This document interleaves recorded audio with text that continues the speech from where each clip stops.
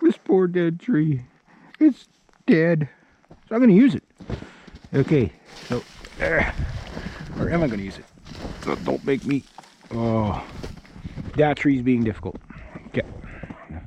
I got my knife on me, but I don't feel like doing that. So anyway, here's what I'm going to do. So, got pliers. I've made the conscious decision. I don't like that size of that tree, but I could tie from that tree to that tree to that tree to that tree.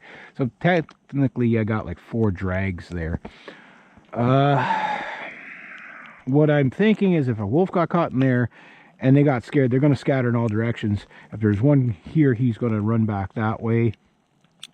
Or he's going to run this way, run that way. I'm going to set this up a little bit better. Maybe put bait behind it or something, because it is one of their natural trails around here. I've seen them use it over the years. So here's what I'm gonna do again. Hi, Mr. Pine Tree, how are you today? You smell very lovely. You smell like my ex-girlfriend. Well, she didn't actually smell like pine, that's why she's my ex-girlfriend. Yeah, if she smelled like pine, I would still have her. So ladies, if you're watching this and you don't smell like pine, I'm telling you, I'm not saying bad things are going to happen. I'm just saying, you know, I'm just saying a man has needs, you know what I mean? Pine smell is one of them. All right, so, okay, so chain number 2. I like this area and I don't like it. I want to set it and leave it. I don't know if I want to be, I know my trail is really close, but that whole smell thing is a funny thing.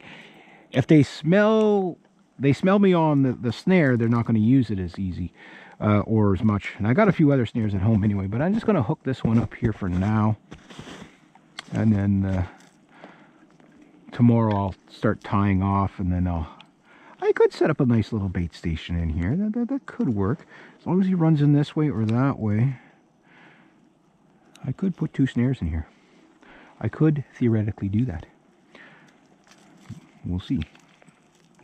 So once again, but the goal is quite simple, is basically just get this set up for today, then figure out a few, because tomorrow I got to, like, I'm like a day or so behind on my some of my wolf setups there, because I was hoping to have this done Monday, but it's now Tuesday, and that's like, my God, that's like, who does that? Who does that? So I'm just going to set this up again. Try not to get a branch in the eye. And the way I got it set up here is, how the heck did I get this one in there? Oh, okay, it does hook. I can't see what I'm doing in here. I don't know if you guys can see what I'm doing. You guys are doing better than me. It's like about noon right now. It's not very late in the day, but it's dark so easy, and especially in here, it's always dark. So get that on there. And I crush him. I attempt to crush him. I keep attempting. Oh my God, this sucker's.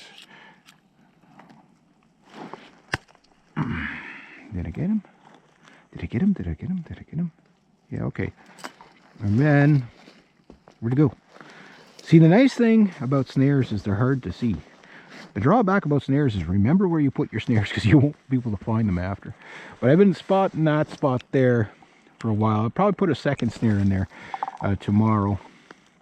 I should have put this one in there today, but my hunch is if I'm going to get a wolf, he's going to be coming out of here. I love these natural kind of spots here. Now, I'm not going to set this today. What I'm going to do is, I just wanted to get them in, and I'll tie off that tree to that tree to that tree, and one to that tree, and then probably a lower tie off, just so if he does pull this out, which they probably can, and I'll just make this loop small so nothing gets caught in there, and it should be good. No deer usually come out through there. I'm not saying they can't, but they usually don't. So there we go. So I'm ready to set up my wolf snaring. I can bring back some bait tomorrow, maybe 2 more snares.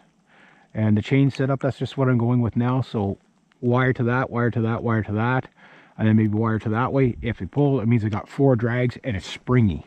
So they're more likely to choke themselves out rather than bust it and run.